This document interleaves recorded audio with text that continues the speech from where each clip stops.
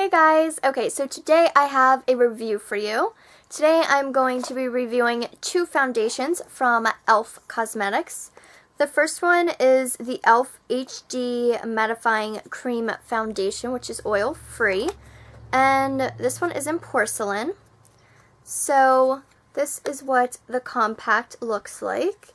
When you open it up, it has a mirror, the product, and then underneath it has the little sponge applicator down here.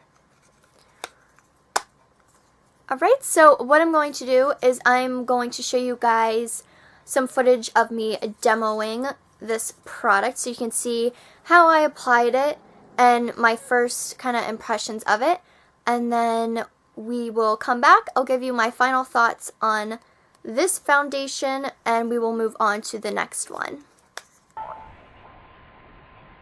Alright, so I prime my face with my VS Pro Hydrating Primer, and I'm going to be taking the e.l.f. HD Mattifying Foundation in Porcelain, and I'm going to be applying it with my Beauty Blender. Now, I also did use it with a foundation brush as well, and both ways applied the foundation about the same.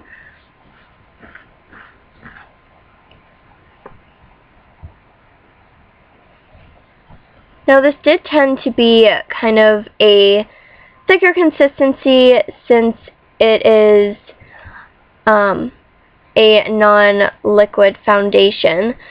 So it was sort of drying, kind of, but it's hard to explain kind of how it applied and looked on the skin. It was like it just sat on the skin, or like kind of just sunk into my pores.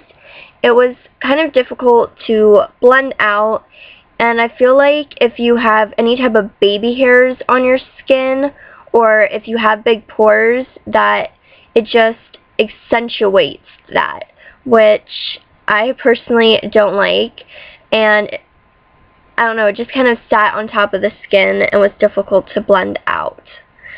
And I did have to do a layer or two to get the medium full coverage that I prefer with a foundation, which just enhanced all that even more. So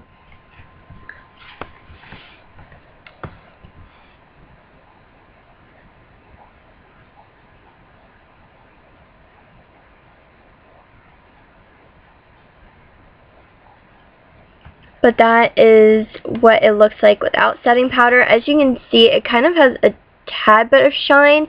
You can see it more in person. It really didn't have any mattifying quality to it, so I did have to set it with a powder, which I just used my Revlon one. And then that is what it looks like up close.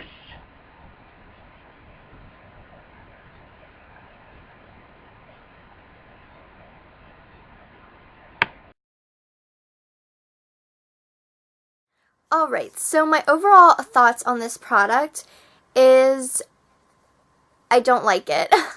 It is, I think it was like $6, and it's definitely like the cheapest foundation for the most part that you're gonna find, but one, to be oil-free and to be mattifying, I didn't find that to be the case at all. I have normal combination skin, and it left like kind of like a slight dewiness to my skin.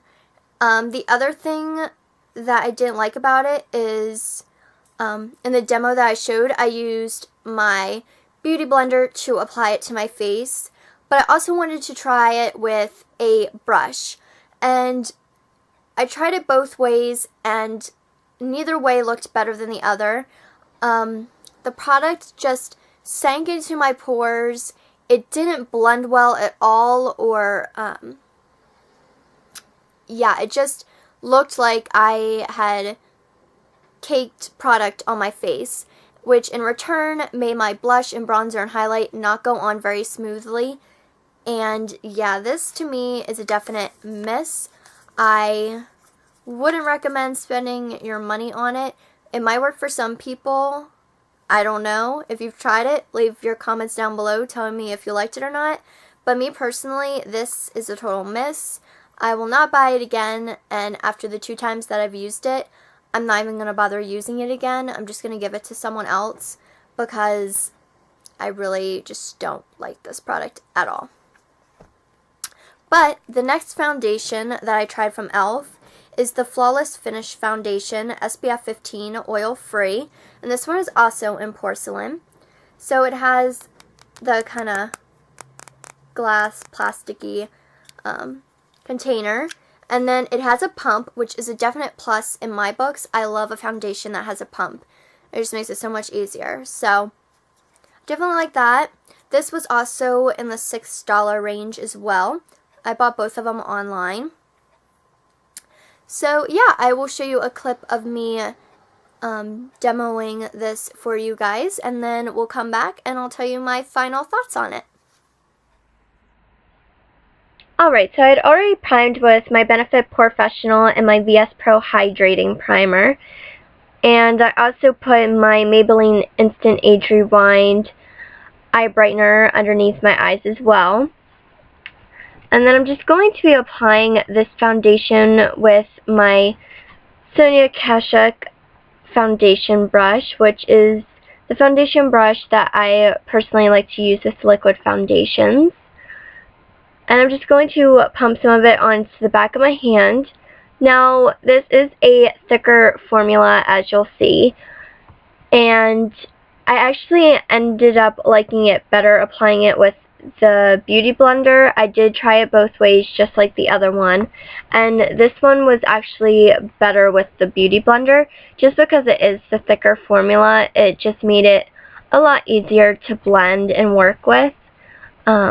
But it did work well with the brush as well, and it did come out with the same outcome look-wise. So, yep, I'm just going to be buffing this all into my skin. And this does have a medium to full coverage, which I like. And it's definitely buildable, and it doesn't look like cakey or anything. It did not sink into my pores or sit on top of my skin like the other one did. It blended very nicely.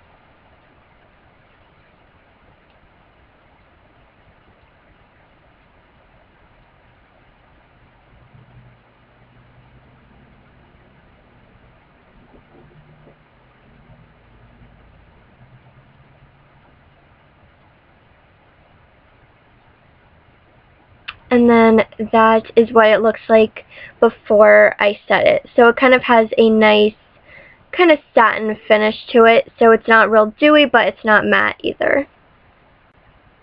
And also you can see it did not sink into my pores, which I like because those pores tend to be really big on me. So overall, I really like the finish of this particular foundation.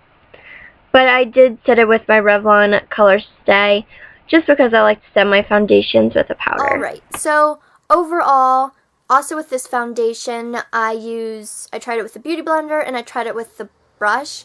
I like using it both ways, preferably with the Beauty Blender a little bit better than the brush, only because it is a thicker consistency. But this is a hit in my book. I've really been enjoying this.